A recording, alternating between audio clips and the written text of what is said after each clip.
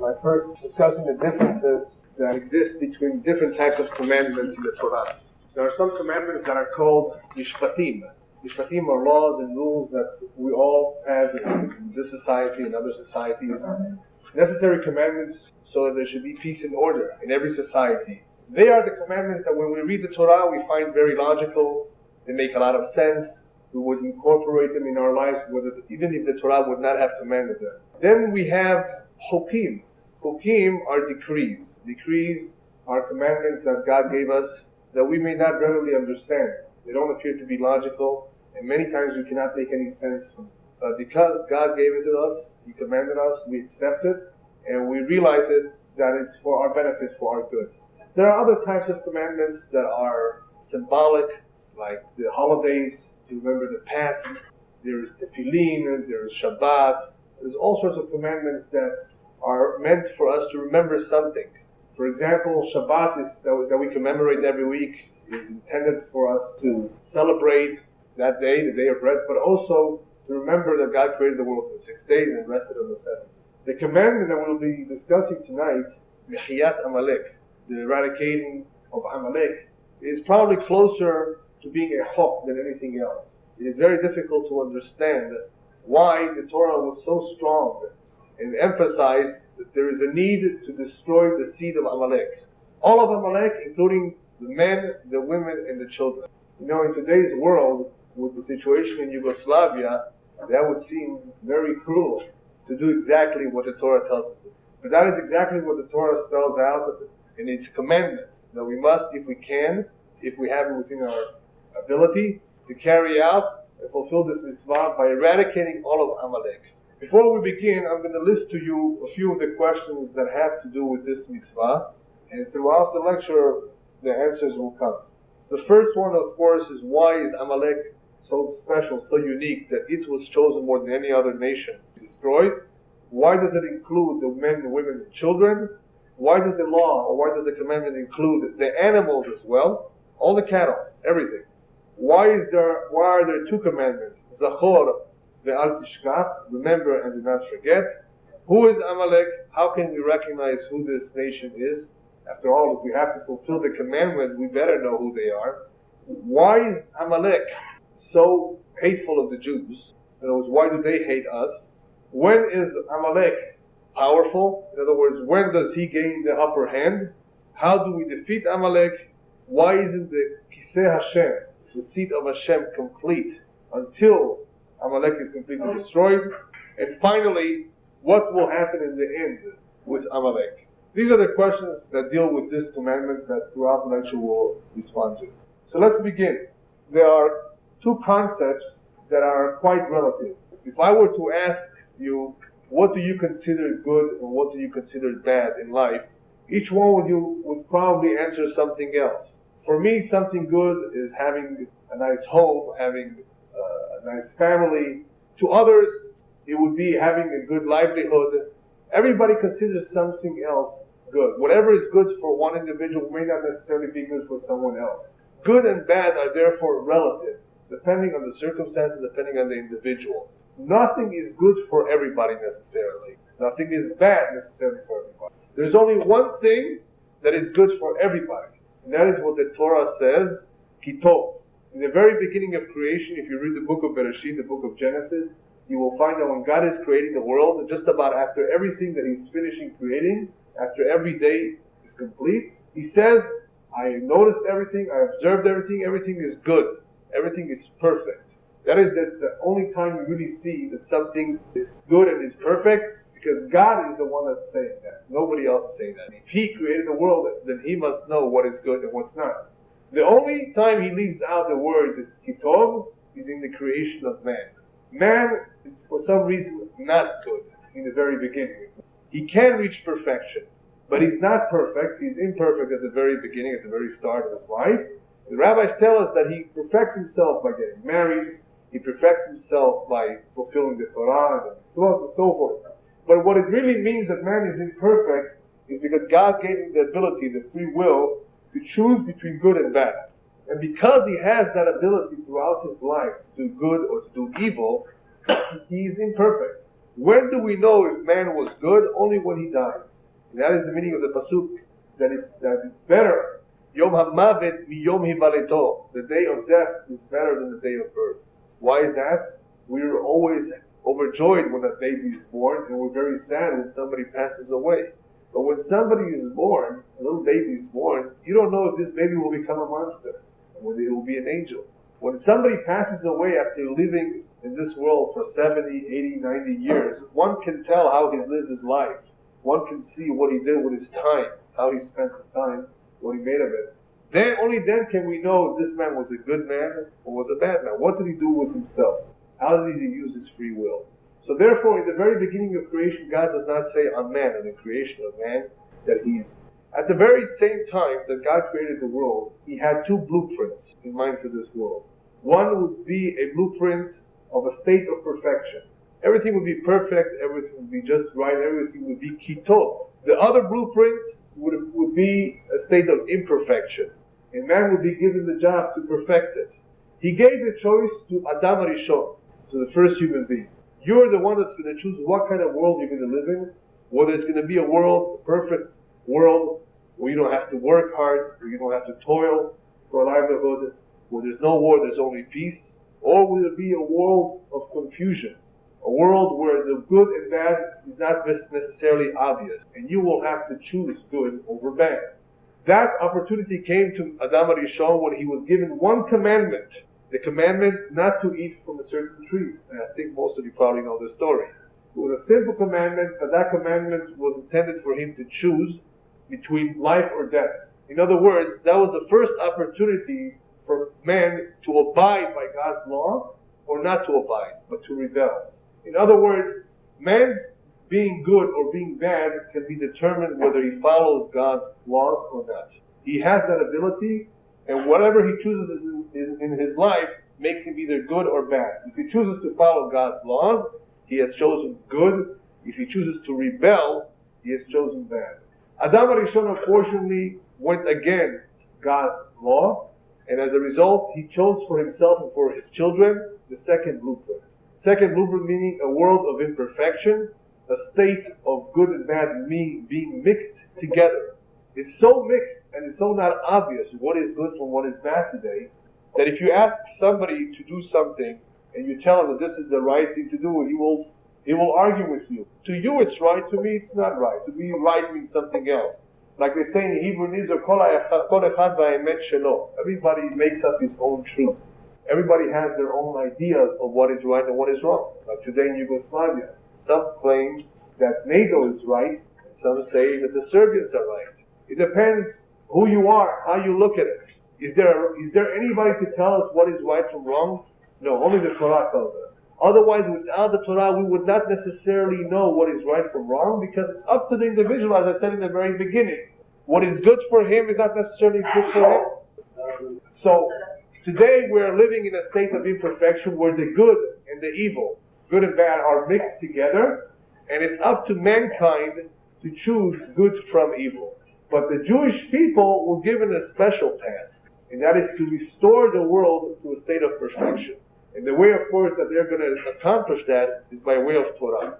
But before we begin to discuss how that happens, I want to show you this map, because this map will tell us why there was a need for a Jewish nation to begin with, and what is Amalek.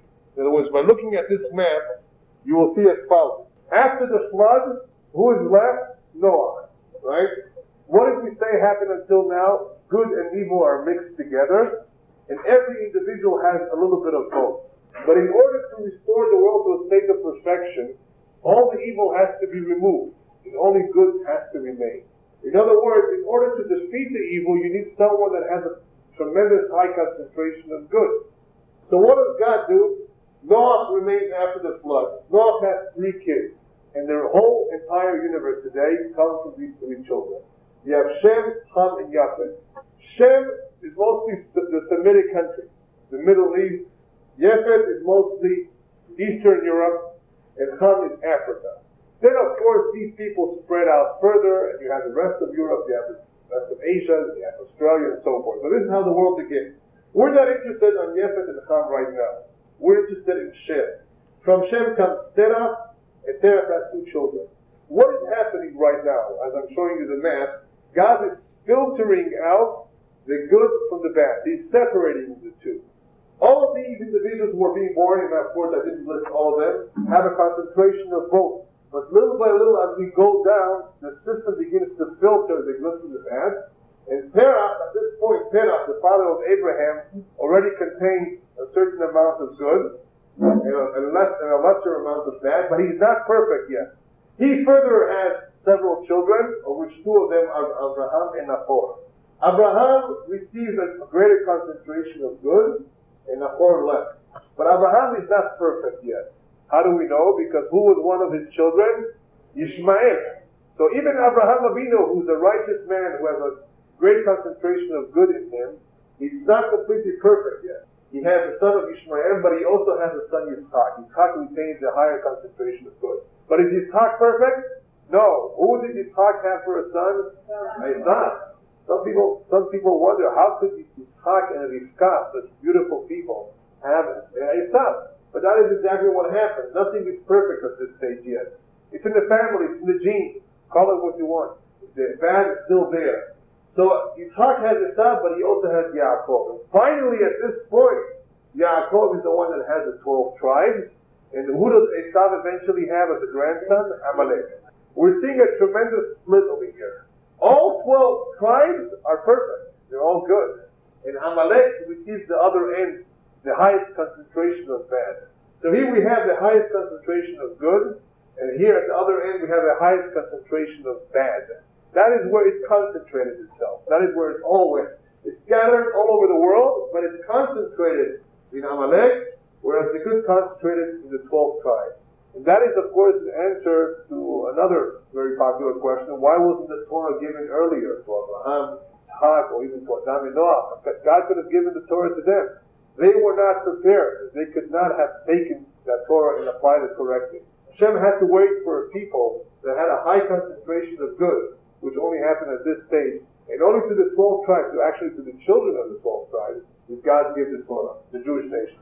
So what we've seen so far is that the good and evil have each gone their way. The Jewish nation retained the highest concentration of good, and that is why they were given the job. Nobody else can take that job, a very difficult job, 630 commandments. And they were chosen because they have the highest concentration of good, which means they have the ability to perform, whereas no one else will be able to perform as well. Nobody would be able to stand up to the challenges. They would, let's say, take it for one generation, but the second generation would give up. The Jewish people, because of the high concentration of good in them, they were able to keep for many, many years, unfortunately not all the years, but for many years, the Torah and the mitzvot. However, on the other hand, we have a tremendous concentration of bad, and that is a big problem. The reason why it's a problem is because that poses a lot of difficulties for the good side. There's a continuous struggle, continuous challenge between the good and bad, and who will overtake the world. And that is why, when we ask ourselves, why is the sin'ah, why is the hatred of Amalek so great towards the Jews, you will understand why. Because Amalek considers the Jew as interfering in its aspirations. And the Jew considers Amalek as interfering in its aspiration. Let's figure out, first of all, who is this Amalek that we're talking about today? Who would you think is Amalek? The reason why I ask you this question is because we have a tradition that Sanherib, the Assyrian king, moved people around a lot. So today you might think, if you read history, that Amalek cannot be known for sure, with certainty, who that might be. But I will tell you that it's still possible to know. Because even though it's true that the nations of the world today are all mixed up, the Egyptians today are not the real Egyptians. The Syrians, the Iraqis are not the original Syrians and Iraqis. So therefore Amalek is not in one place. He's all over the planet. But there is a concentration. There is one nation today in the world that the rabbis tell us that when the time comes we will be able to identify them. How? By their characteristics. Germany. And the rabbis close to 2,000 years ago, they told us who they are. They told us they're called Germania. And that's very, very strange, because that name did not exist back then. As you know, Germany only formed as a nation with that name in the late 1800s, if I recall correctly. Before then, there were 300 hegemonies, 300 meluchot, different groups, different tribes. That is why you have different tribes today in that continent that speak German, even though with different dialects. But they still all belong to the same group. And all of a sudden, they are joined together, just recently. But the rabbis already knew back then where the greatest concentration of Amalek went. It went to Germany. Now, if you're not convinced, I'll quote to you just a few words from Hitler. Hitler wrote something very strange in Mein Kampf. He said that our struggle against the Jews is a very important struggle. We are against what they call conscience. There is no such a thing as conscience. In other words, are you all familiar with what I mean by conscience? Like you can't do certain things because it's not morally correct. It's not right. Hitler said there is no such a thing as conscience. The Jews made it up, he said. And they are the obstacle to us. He's calling the Jews an obstacle. And what he's doing by using those words, he's revealing to us the whole idea of Amalek. That Amalek is also an obstacle to us. If you follow the words carefully of what he said, you will see that that is exactly the essence of this commandment of destroying Amalek, because they are an obstacle to us. So if you pay close attention to what he says, you will see that he uses the same word. The Jews are an obstacle in our way. They represent something which is totally opposite from what we want to accomplish. And you know what they wanted to accomplish, so I don't have to repeat that. But what's interesting is that this hatred of Amalek is unique from all the hatreds in the world. Everybody's familiar with the term anti-Semitism. But anti-Semitism comes in different forms and shapes, and many times all it is jealousy, and it's the Jew's fault, because he's maybe showing off his wealth. And that leads to envy, to jealousy, and that leads to anti-Semitism. There's another type of anti-Semitism, and that is when God uses the Goyim as a whip. You are very comfortable in this country, you're forgetting about Israel, I'll make sure you don't forget. I'll take the Goy and he'll yell at you, Jid, get out of here. That is exactly what happened to my great-grandfather when he was walking down the street in Poland.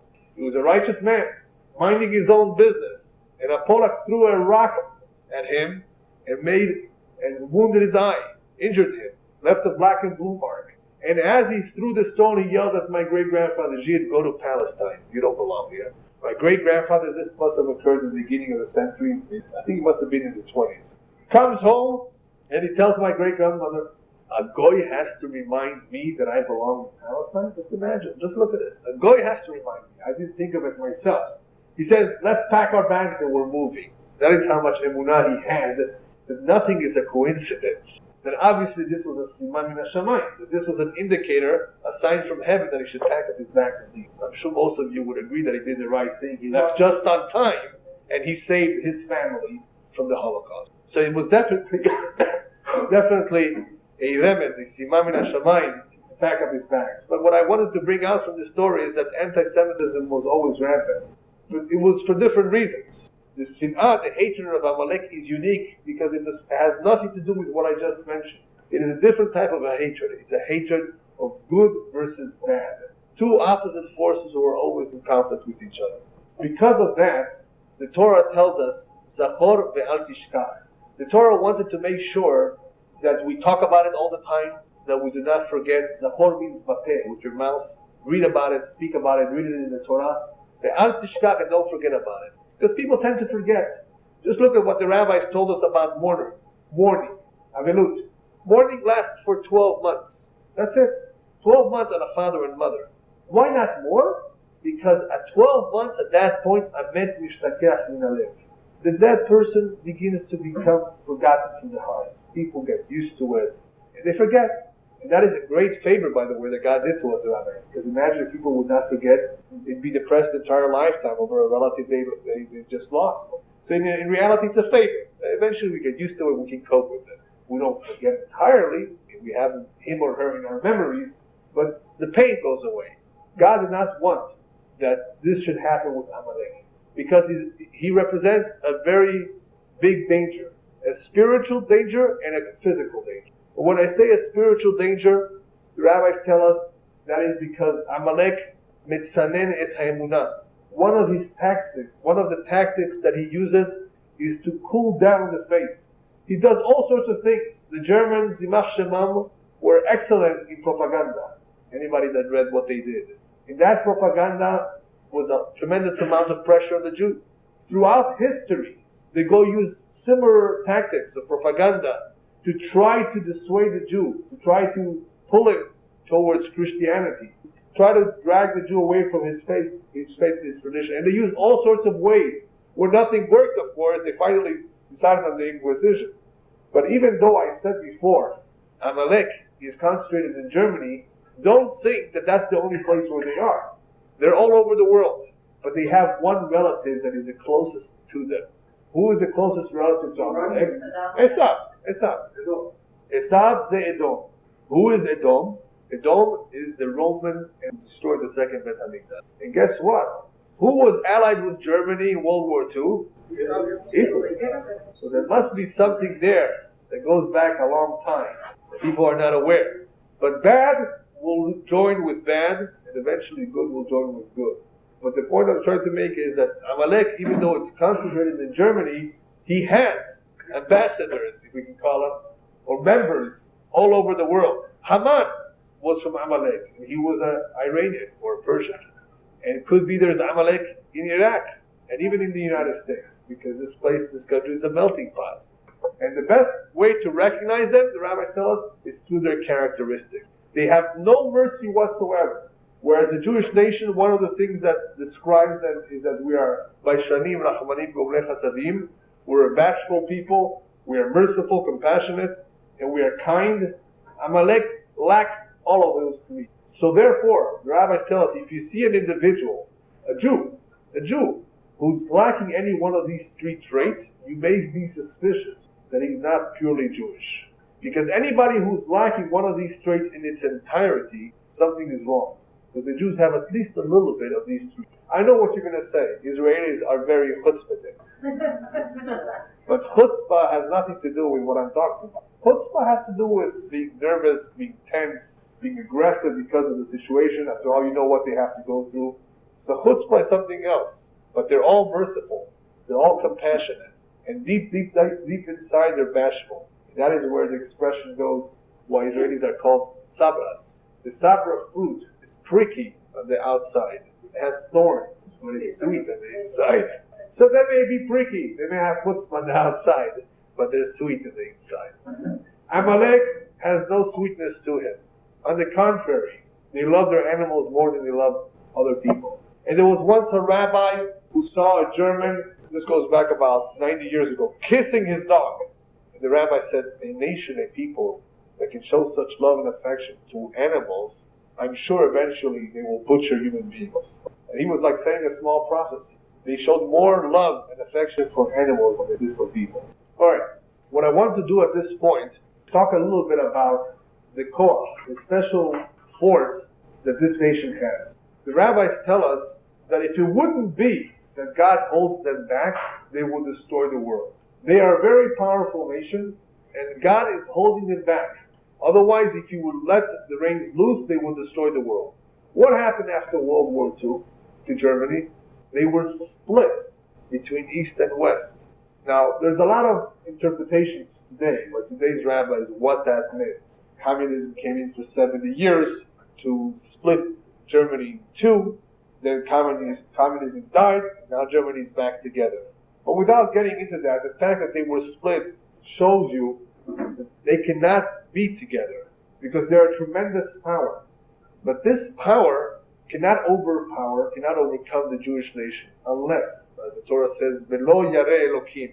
If the Jewish people are not fearing of God, they don't follow the Torah mitzvot, that is when Amalek can overpower them.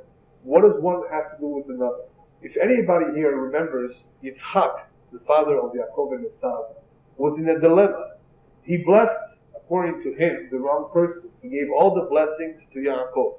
And Esav also wanted a blessing. What was the whole argument? The whole argument was about Olam Hazeh, this world.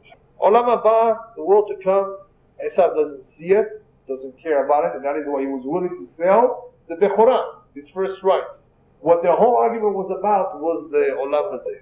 And Yaakov ended up getting both worlds. It's not fair. So therefore Yitzhak made a condition. Esav, listen, since I gave Yaakov the blessings by mistake, it's really conditioned. They can only have this world and they can only prosper and be successful in this world if they follow the Torah. Otherwise, it says these words, "Ve'ayaki tarid ufarakta ulo me'al savarecha." The time will come, if the Jew rebels, then you will also rebel. If he takes off the yoke of heaven, then you will also take off the yoke. Esav has the yoke of being subordinate to Yaakov. But that's only a condition that Yaakov follows the Torah mitzvot. Otherwise, Esav will also remove that yoke. So therefore, if the Jewish nation was not doing what they were supposed to do, Amalek or Esav had the upper hand. If the Jewish nation was doing what they were supposed to do, no nation in the world, no enemy can go against them. But there's something else that happens at the end of the second temple. What happened at the end of the second temple? We see that unfortunately the Jews were not doing a good job. The first temple destroyed, now the second temple destroyed, and the second temple is destroyed by none other than Edom, the Roman. What major event happens after the second destruction of the temple? What major event in the world? Christianity is born. What is Christianity? Christianity has its roots in Judaism. The first founders of Christianity were Jews themselves. What's going on over here on a spiritual level? What's going on over here is that just like the rabbis tell us, every nation has a king, a president, or whatever, they also have a minister in heaven. The minister in heaven approached God and said, the Jews are not doing a good job. Let me take over. Let me show you, let me demonstrate to you that I can also be religious. Christianity is being born at a time that the Jewish Empire, the Bet HaMikdash, that the Holy Temple is being destroyed. Because they want to show that they can take over. Not only physically, as a physical power, the Roman Empire is at its highest, but also spiritually. But if you look closely, throughout the history of Christianity, you will see a lot of deceit. It's full of deceit. I'm not saying all Christians are fakers, but the religion is based on deceit. There's no reason to get into the details. But that is one of the marks of Esav. Esav was known to be deceitful, was known to be a liar. He came to his father just to impress upon him and ask him certain questions in halakha. How do I do this and how do I do that? Did he really mean to ask the questions to get the answer? No. The rabbis tell us he was deceitful. He wanted to impress upon Yitzchak that he's a good boy. So what we see at this point is Esav trying to take over, not only physically by controlling the world, but also spiritually. That brings us to the next question. Because Esav represents such a great danger to the world, especially to the Jewish nation, God commanded the Jewish people to destroy them. But not just to destroy the men, to destroy the women and the children as well. And then, why? Perhaps I should tell you first a midrash about Ishmael. Ishmael was kicked out of the house of Abraham. And he was in the desert with his mother, and he was sick. There was little water for him to drink, and he was going to die. And God, of course, makes a little well, spring of water, where his mother can go give him something to drink and take care of him. At that point, that miracle occurred in the desert, a voice in heaven rang out in protest. God, why are you saving this Ishmael? Don't you know what he's going to do to the children of Yaakov in the end of days? The trouble that these people are going to cause, that his seed is going to cause to Jews. Why are you letting him live? And God answers, what is Ishmael now? A tzaddik or a rasha? Is he a wicked man or a righteous man? The angels say, well, now he is righteous. Well, I judge the man according to what he is now, Basher Husham.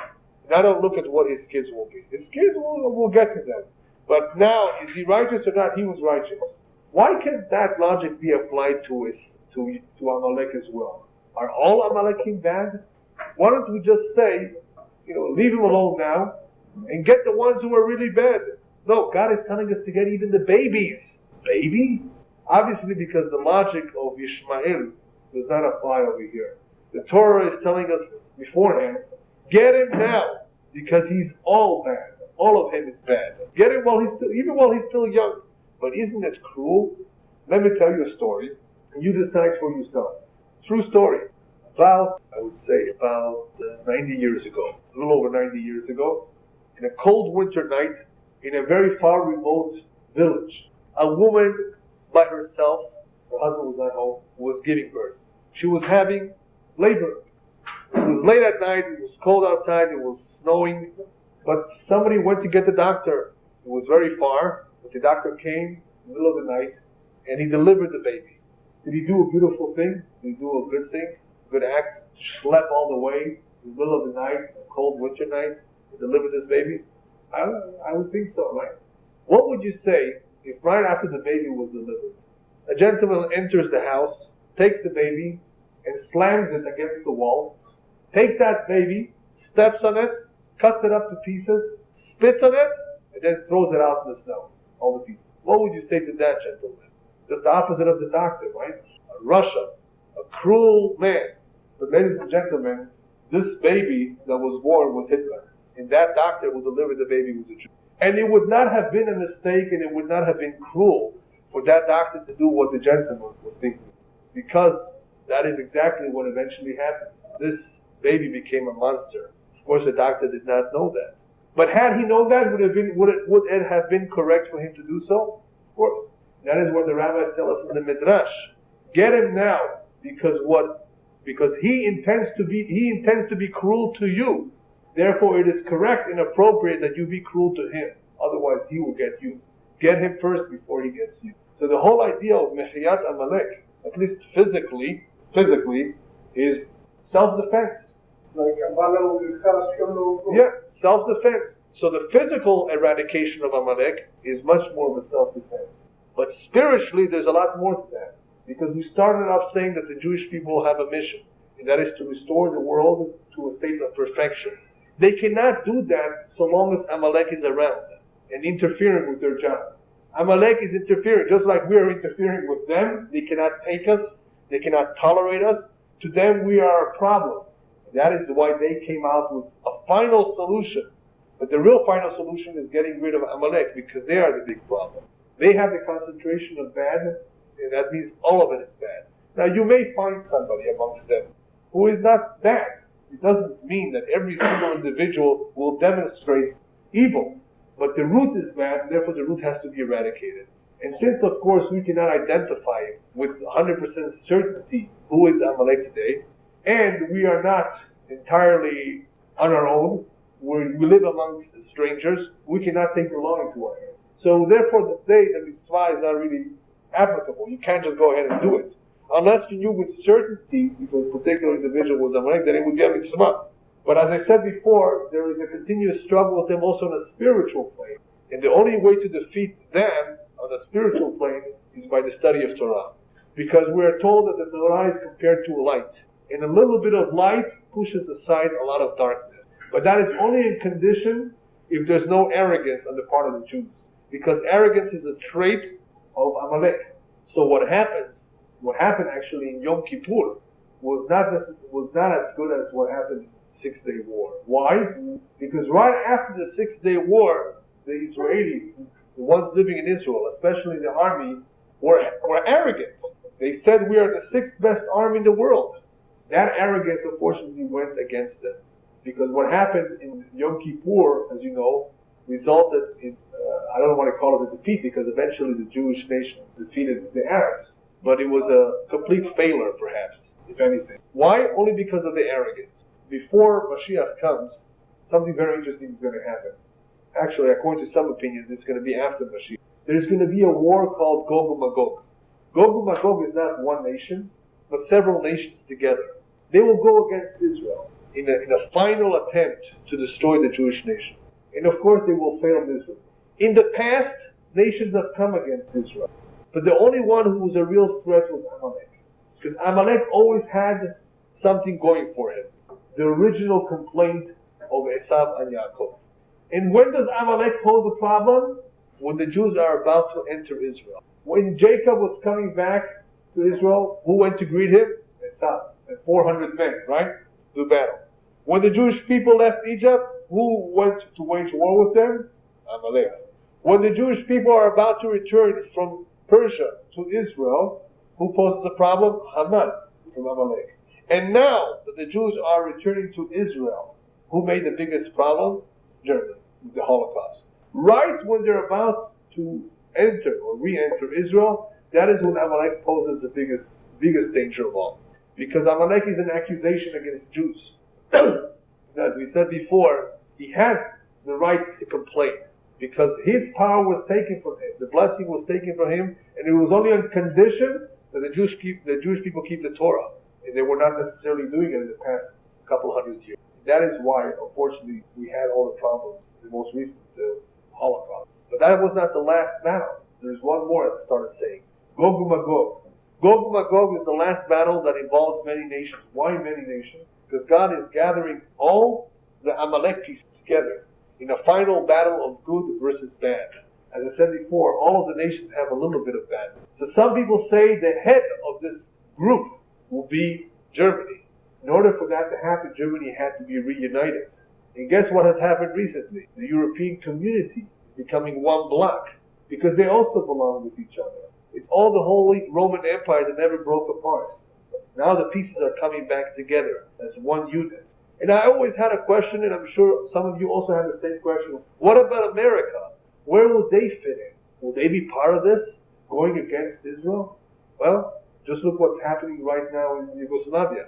This is a very dangerous precedent when a group of nations are trying to impose their will on another sovereign nation. But you may not care because it's Yugoslavia. But you should be concerned and you should care because this is the precedent. This will be the example and the model that they will follow when they eventually gang up. And that will happen. The reason for that to happen is because, as we said before, there's an accusation. And if anything, that accusation is meant to bring about fear in the Jewish nation, for them to do teshuvah, for them to repent. It's not meant to be destructive because we'll hopefully not have a destruction of the third temple. We've come close to it, but at the very end, we came out of it.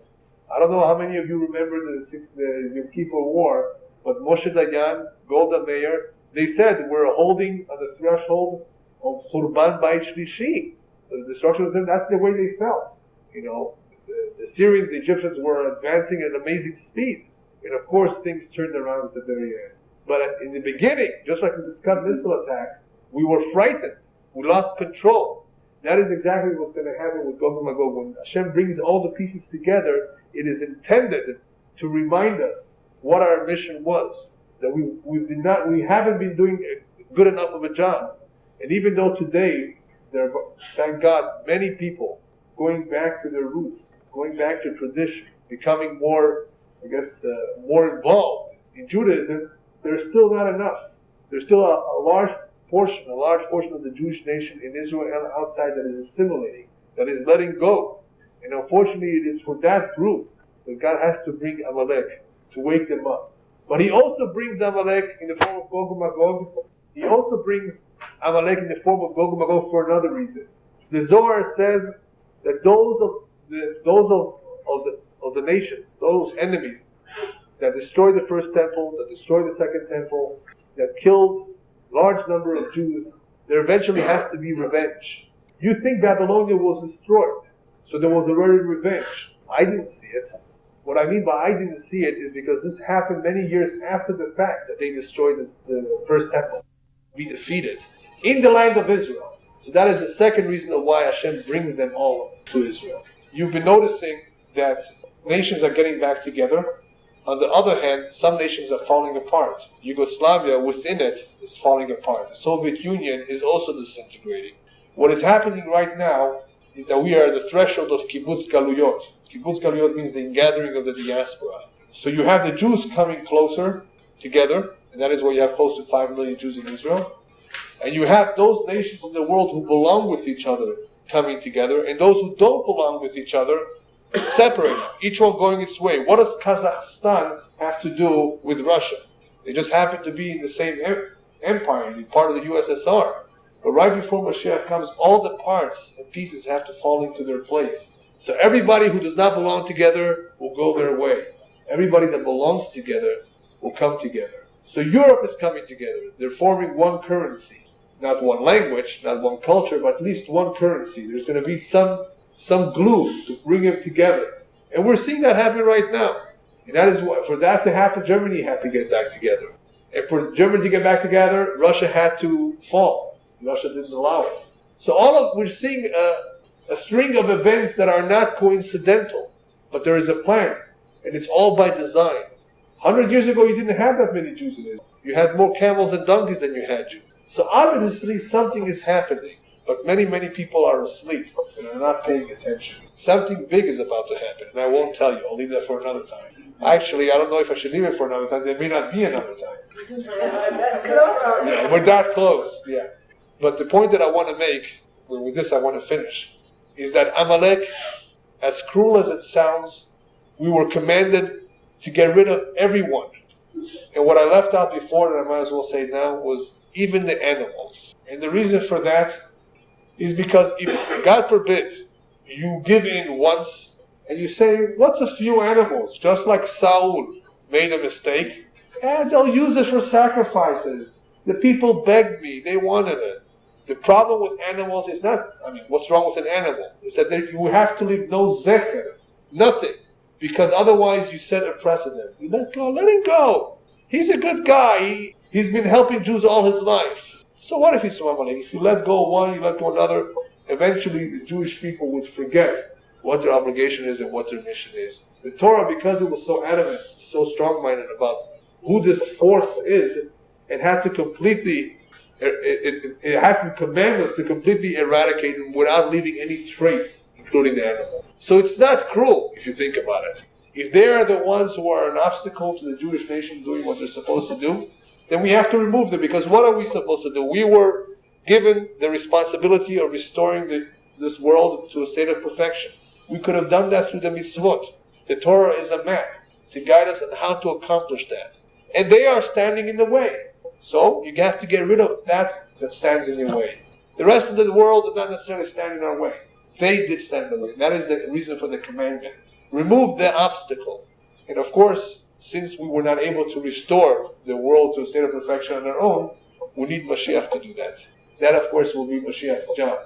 However, in order to accelerate Mashiach, we all must do something. And when I say all of us, it does not mean only the Jews, even the non-Jews. Every human being has some good in him. I said that we're all mixed. We all have a little bit of good and a little bit of bad. And some have more good and some have more bad. But everybody has a little bit of good. The entire universe, or at least the Jewish nation, would apply that good, would do something with it, would not be selfish, but would use their good, each one in his or her way. If we would demonstrate that good, the ultimate good, the good of Mashiach, would come out. In other words, the coming of the Mashiach is taking a long time, whereas the other diasporas lasted a limited amount of time. Babylonian exile lasted for 70 years. In Egypt we were for 210 years. They were limited. This last one was left up to us. Just like Adam Rishon, the first man was given a choice. It was left up to him to decide which blueprint he wants. The last diaspora was left to us. It is in our hands if we want to speed it up or if we want it to drag on forever. It won't drag on forever, because now we're approaching the time that there's no time left. The universe, the world as we know it, will not last more than 6,000 years. After that point, there's a different world. A world that is perfect, without any Yetzirah, without any evil inclination, therefore there is no war and there's no problems. It is right now that we're still in a state of confusion. This state of confusion, of course, has made it only more difficult for certain Jews to see the truth, because they are blinded by all the vanities that exist. And even scientists, in the last 100 years or more, have been blinded by thinking, oh, we're so capable, we're so intelligent. But in reality, they should be the first ones to see the wonders of the greatness of God. They just don't want to admit it, because it's too much of a burden on them to accept, to let go of their ways. And that is why it's been very difficult in the 20th century for many people, including the Jews, to become more observant. They consider it a burden, difficult lifestyle. But in reality, all of us who are observant know that there is no better lifestyle than being observant. Because when one is observant, one senses that he's close to God. He senses that he's contributing, that he's doing something for the world, that he's an active partner, that life has a purpose, that he has a goal, there's a mission. Those who do not follow that type of a lifestyle, what are they living for? They're here now, tomorrow they're in their grave. What's life for? An accident? It's definitely not an accident. It doesn't make sense. But some people want to think that it is. It's not because they really think this, because they're trying to avoid the truth. All of that, rabbis call, is influence of Amalek. Amalek wants to make us forget. My favorite example is KNX. You know what KNX News tells you every morning? All you need to know. It's all we want you to know. That's what it really is. It's not all you need to know. It's all we want you to know. There's a lot more that we need to know. And the only way, of course, we can know what there is to know is by opening up the Torah. And we, more than anybody else, have that special mission that we were given. That's the only way we can do it. And of course, if we were to do it right, the rabbis tell us if we were to keep 2 Shabbatot straight, Mashiach would come. 2 Shabbatot, all we need to do is keep 2 Shabbatot. Mashiach would come. There has to be an effort made on the side of the Jewish people. And I hope that, God willing, that effort will be made without the fear of war, which has been there all along, since 1948 at least, continuous fear of war. And now, with the possibility of the introduction of nuclear weapons in the Middle East and elsewhere, you can imagine and already have an idea of what kind of fear the Jews will face. That despite all the great capabilities of the Israeli pilots and their army, and the best jets, the best weaponry, if you have that kind of a threat of nuclear war, or something else that I can't imagine, nothing will help. And at that point, they will, of course, turn their heads to heaven. We don't have to go to that. Let us turn our heads to heaven right now and avoid all this suffering. Okay, that takes care of it for today. Yes? So who will eventually take care of Amalek? Will it be the Jewish people or Hashem in this final battle? In the final battle, Mashiach is involved with Amalek, with Gog Magog. Of course, part of that war will be fought from heaven, from the Shemayim. And it will be obvious, it will become obvious right now. What I left out, I might as well say it now. I mentioned the fact that the kiseh, the chair, the seat of God is incomplete. The reason why the seat of God is incomplete is because there appears to be a lack of justice in the world. Murderers getting away with it, 6 million Jews being killed, God not interfering. People wonder, is he around? The seat of God is the seat of justice. Whereas when Mashiach comes, what do we say? His name will be one everybody will recognize. And right now, that good and bad that we spoke about is together. It's all mixed up. You can't see the good from the bad. And it's hard to convince people what is good and what is bad. Then it will become obvious. And that war will make it very obvious, because that war will be fought from heaven. Because everybody will realize that there is a creator. Yes, I'm troubled by your characterization of NATO's efforts to stop the Serbians, who I get the impression they're Amalek. That's evil. No, Serbians, you mean? Yeah, what they're doing is evil. No, well, in response to your question, I would agree with you that all of us in this room, and probably just about everywhere, except for Amalek, does not support raping and killing of innocent civilians. That I would agree, but the problem is that the media, in this country at least, has only focused on that issue, whereas they're not focusing on the real issue. And the real issue is nobody has the right to tell Mr. Milosevic what to do with Kosovo, which is a part of Yugoslavia. He's committing genocide. Now, one second, that's the second issue. I agree with you on the second issue. But let's not lose our focus. I agree with you. I agree with you. But the most important issue is that nobody has the right to tell him if to give autonomy or not to the Albanians. Let me give you an example. Don't get me wrong in this. It's a very sensitive topic. Tomorrow, the Mexicans in this country will be the majority, and they want autonomy. Are we going to give it to them? That is what's happening in Yugoslavia. That is what's happening in Kosovo. Now, they are entitled to a certain degree of autonomy, perhaps because they're 90%.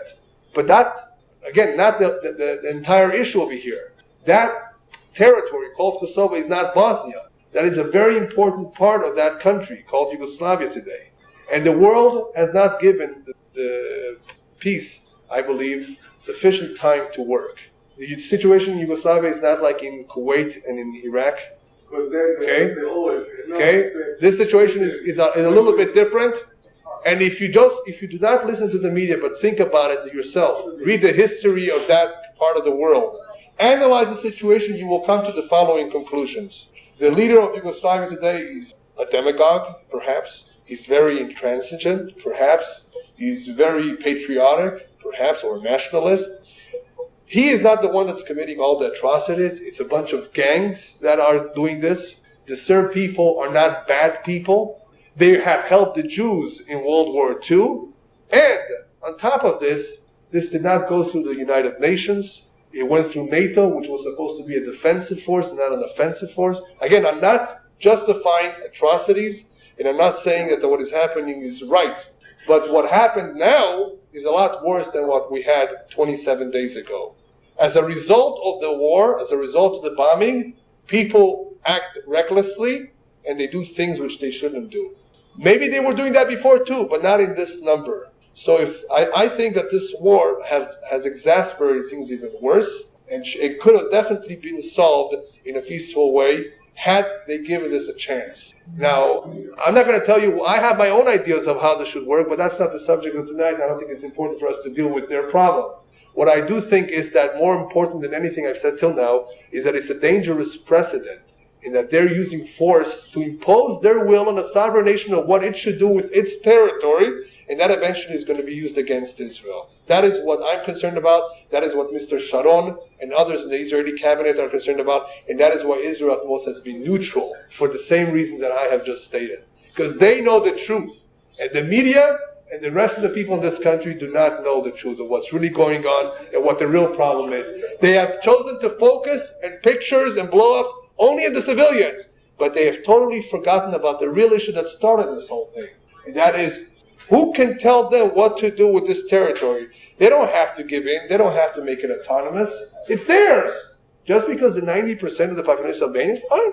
Let them teach Albanian in the schools as well as Serbian. But that country was going to become fully independent. That is what they were striving for. And Mr. Milosevic in no way would give that up. He would be crazy to give it up. Just like America would be crazy to give up LA because there's more Mexicans here than Americans. So it's a lot deeper than what it appears and what the media is trying to make it sound. And the media, as you know, loves to manipulate things in their own way, but it's a lot more complex. We feel terrible for the people. It looks horrible to see little kids crying, hungry, and in pain. Mothers separated, women separated from their husbands. Definitely something terrible is going on there. But this war, remember, made only things worse and not better. Yes? I think if we had NATO, when Hitler started doing what he was doing, they would have stopped him. Yes. So it's the conscience of the... Yeah, you're right. You're right. There's a lot of things going on in people's minds here, in the politicians' mind. You're right. But it's not all altruistic. Okay, it's not all real. Remember, right now, they're estimating they're going to spend $6 billion or more if they continue for a few months. Could you imagine what would happen instead if they told the Yugoslavian people, listen, we're going to give you the $5 billion. Money does wonders, right? Right now the problem is pride. They've climbed up a tree, they don't know how to get down from it. Everybody wants to claim that they've won the war. That's a big problem. That's pride. They have to go back and discuss it and try to be a little more flexible and try to be sensitive to the Serbian people, that they've already given up Bosnia, that they've already been broken up so much, that they've suffered in World War II too as well. They have to be a little bit more sensitive to their situation, and this is of course no excuse for them committing some of the troops what they're doing. Again, but the situation has been exasperated by the bombing, and it would not have been so bad had the war not began. Yes? I'm wondering, since, as you said in the very beginning, good went one way, bad went in a different direction. Right. Why is it man's job to destroy this? Why did God not take it upon himself to not even create that problem? Right. Man was given free will. That is the imperfection that he has. That he has the ability to rebel or to abide by the law. That the part that we said is bad is that ability to rebel. He can actually say no. Whereas animals have instincts and don't rebel and do exactly what they're supposed to do, man is the only creation which has a certain godliness, that soul that is in him, that gives him the ability to behave like an animal, which is the body that we have, or to be an angel. He has that ability. And that ability to rebel is that bad part that I spoke about, that all of us have a little bit of it. But some took more than others. And that is why the ones who have a high concentration of bad, they are rebellious against anything that is good, against anything that is morally right. So we could not have had this two good inclination and bad inclination without Amalek? Is that what you're saying? No, what I'm saying is that's where it all went, where all the bad went. Concentrated in that particular spot. It went all over the world. But the Jew needs the Amalek to choose good and bad? Is that what you're saying? Or no. Why was Amalek created from the beginning if it was supposed to be destroyed? That goes, to what we said in the very beginning. That this is the second blueprint that we have today. A state of imperfection. that man has the ability, because of Adam HaRishon, because of the first man choosing to rebel or not to follow the one commandment, he chose for himself a state of imperfection which he now has to perfect.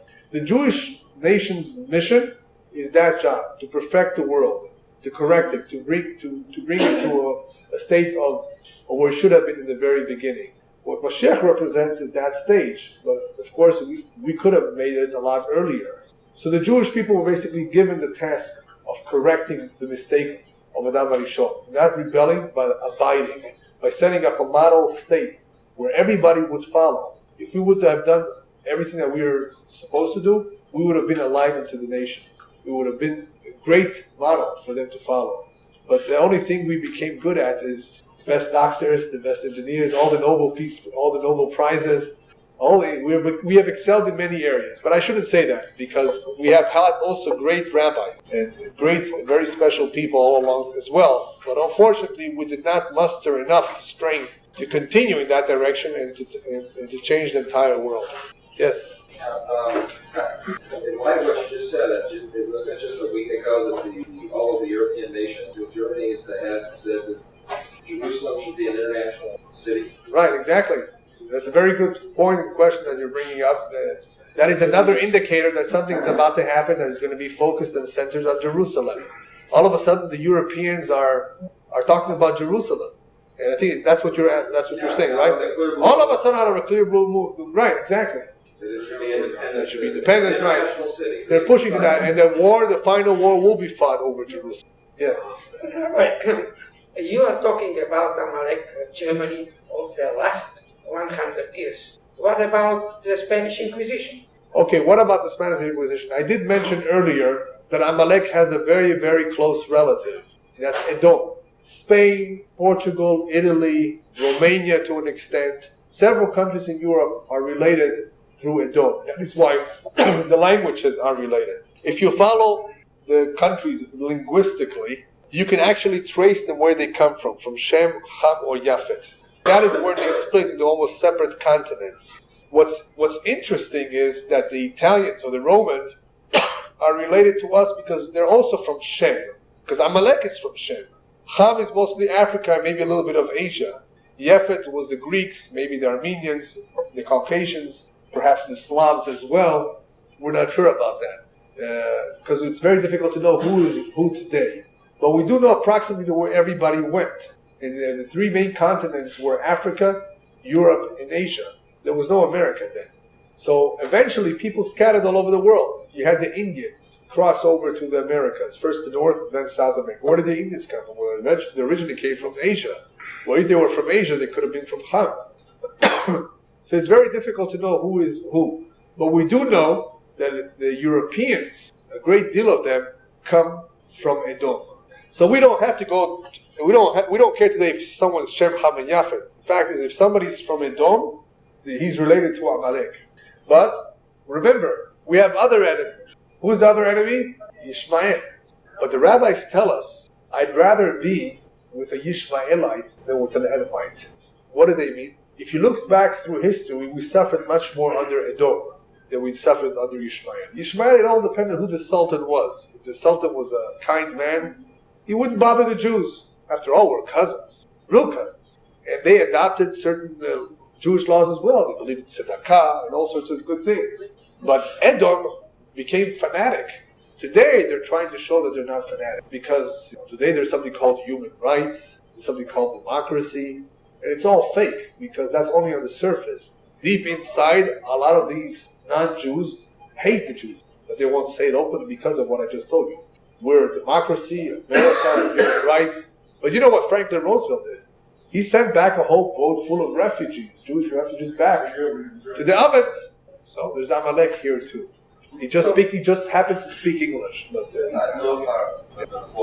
there any what?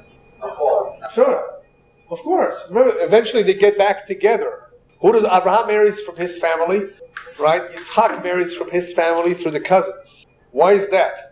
There's a very interesting question the commentaries ask. Why is Yaakov being told by his mother to go marry one of the kids of Laban? Go to Laban, go to my brother. Laban was a con artist. He was a thief. He was a corrupt man. You're sending your son to that home? Yeah. Yitzhak tells him, I don't want you to marry any girls from over here, from this neighborhood. They're no good. Go to my brother-in-law. And he's a wicked man. Not only is he wicked, he was an idol worshiper, just like the rest of them. Why was he any better just because he's a relative? The answer is as follows. Even though that family was a family of idol worship, and the father, the head of the household, was not good, that family had a concentration of good in them. They were very hospitable. Lot was hospitable, so was Nahor, so was, what's his name, Lavan. And his daughters were good daughters. Leah and Rachel were excellent.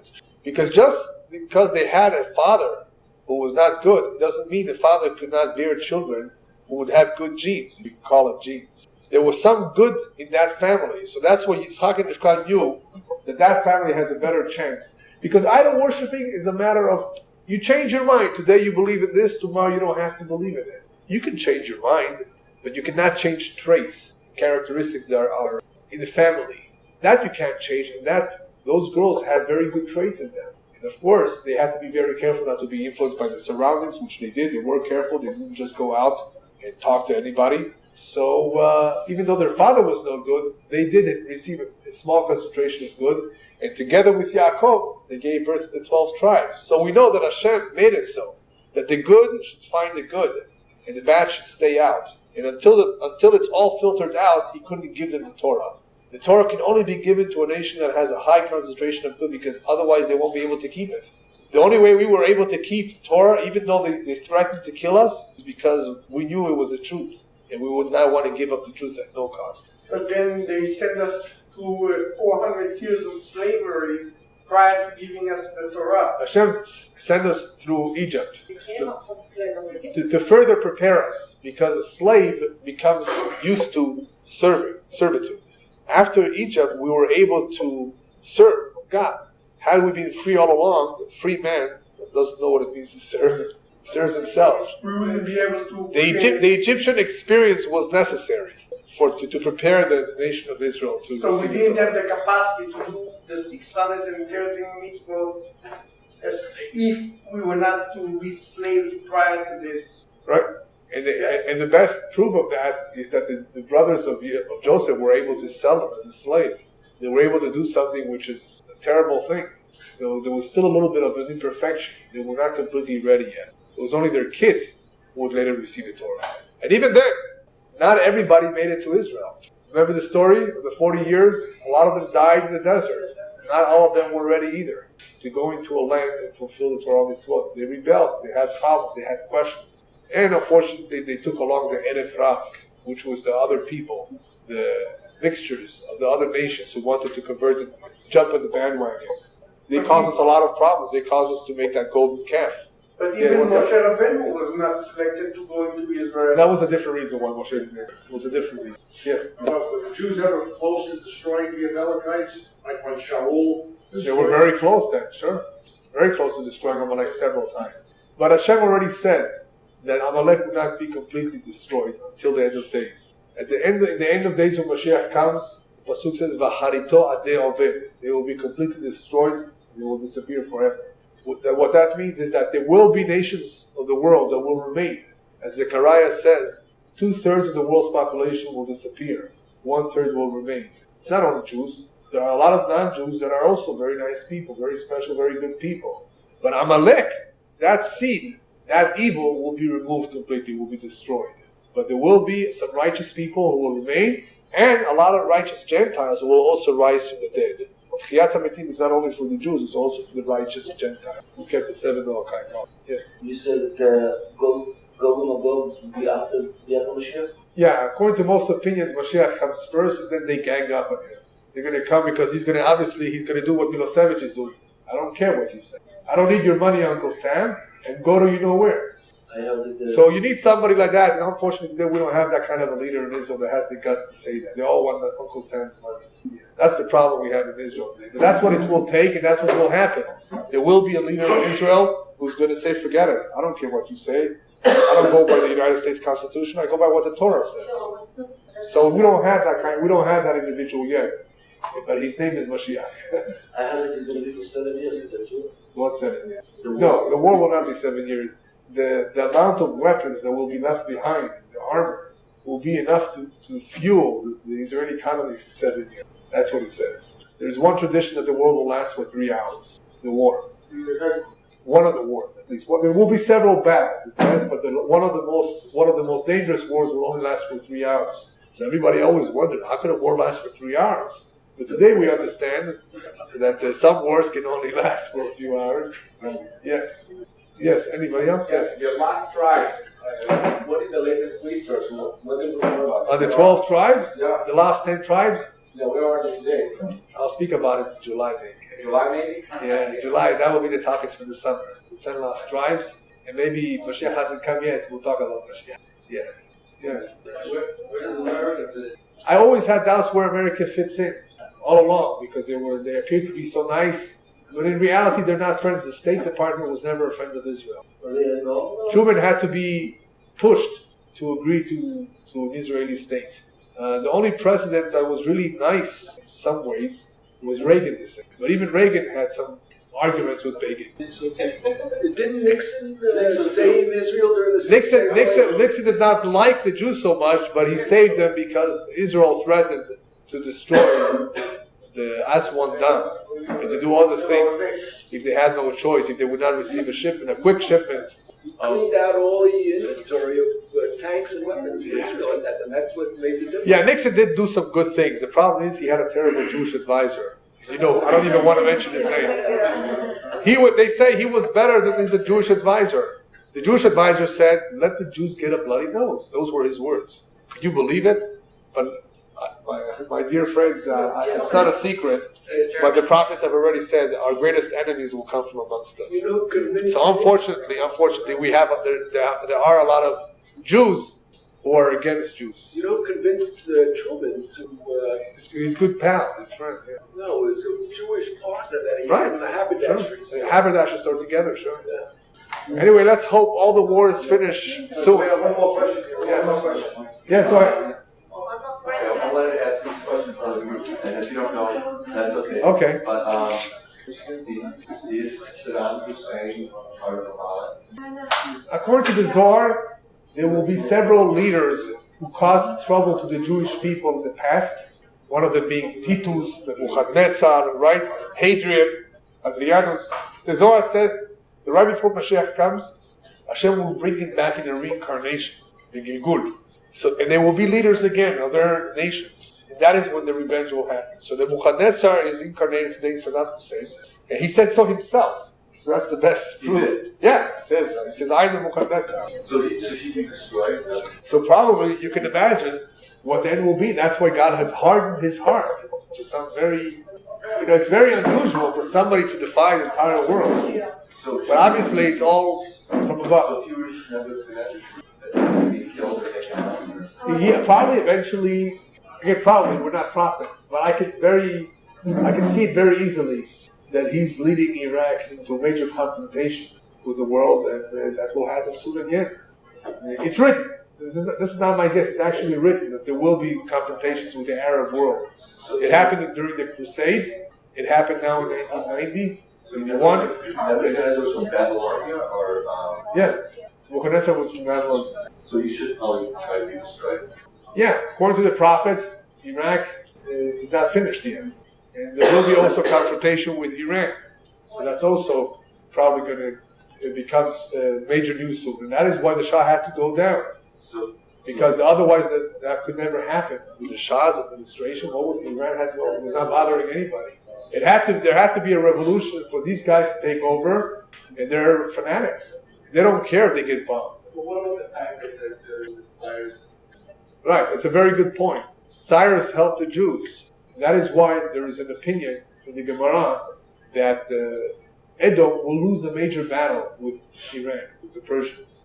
Because the Persians helped build the temple, whereas Edom destroyed the temple. So there's an opinion in the Gemara that because of that, at least one battle they will lose, or they will really lose a lot of people fighting in Persia.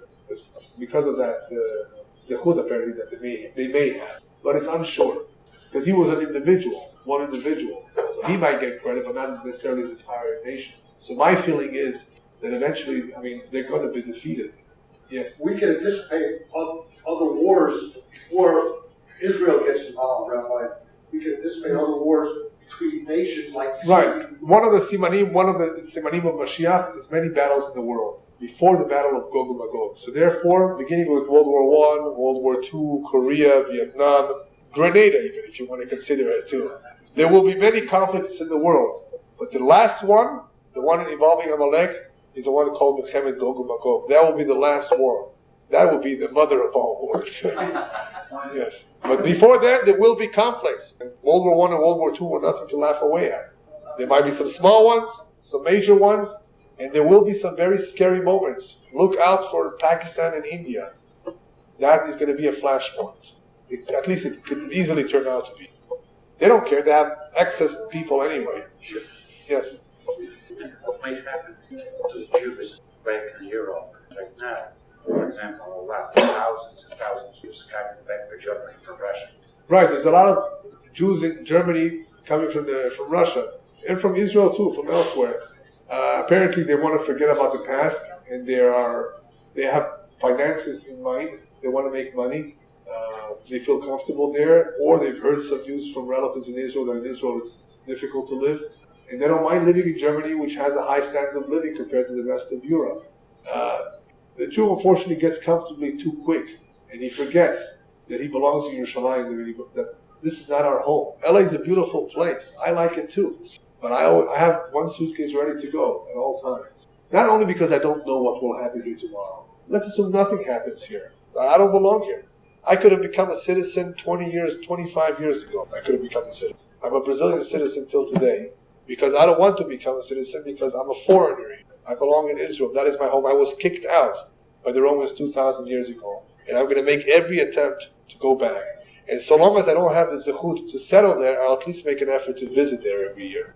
I owe that to myself. That's my home. I wish more Jews would feel that way. But they've chosen Germany. They've chosen the United States. It's very difficult to move. People make routes. I don't know why people live in New York. In the winter, it's terrible. They run to Miami. In the summer, it's terrible. They run to the mountains. They're always running away. Why don't they just get up and move? It's difficult to move. You make routes. You have a business. But Israel today is in our hands, somewhat. And we should make an effort. And I hope that more and more make an effort on their own, because at the end, somebody will make that effort for them. Things might get very nasty over here. Not necessarily anti-Semitic, but it will not be safe in many countries in the world when Mashiach comes. It says that there will be punishment coming down on all the nations that went against God. And this nation, as good as it may have been, there are many things here that are not very nice going on. You know what's going on, I don't have to tell you. There are many, many abortions. There is pornography. There is other forms of immorality. And that is very much no good. It is not by chance that there have been many major natural disasters in this country. Eastern coast, hurricanes, floods. Midwest, tornadoes. California, earthquakes and fires. It's like one lady said after the fires and the mudslides and the floods, what's next? Locust? Maybe. We don't know. All of these are agents of God. When nature freaks out, it's because the people are freaking out. They're doing things that they're not supposed to do. Nature is a system of rules and laws. It's supposed to do its job. Rain on time. Rain just enough, not to cause floods. Whenever you have natural disasters, it's a clear signal from above that things are not right. And we're told by the Zohar, and we have a tradition, that before Mashiach comes, these natural disasters will intensify. And it will become more and more obvious that something is really strange, and something's happening. People will become frightened by it. And those that get the message early will, of course, hopefully make something out of it.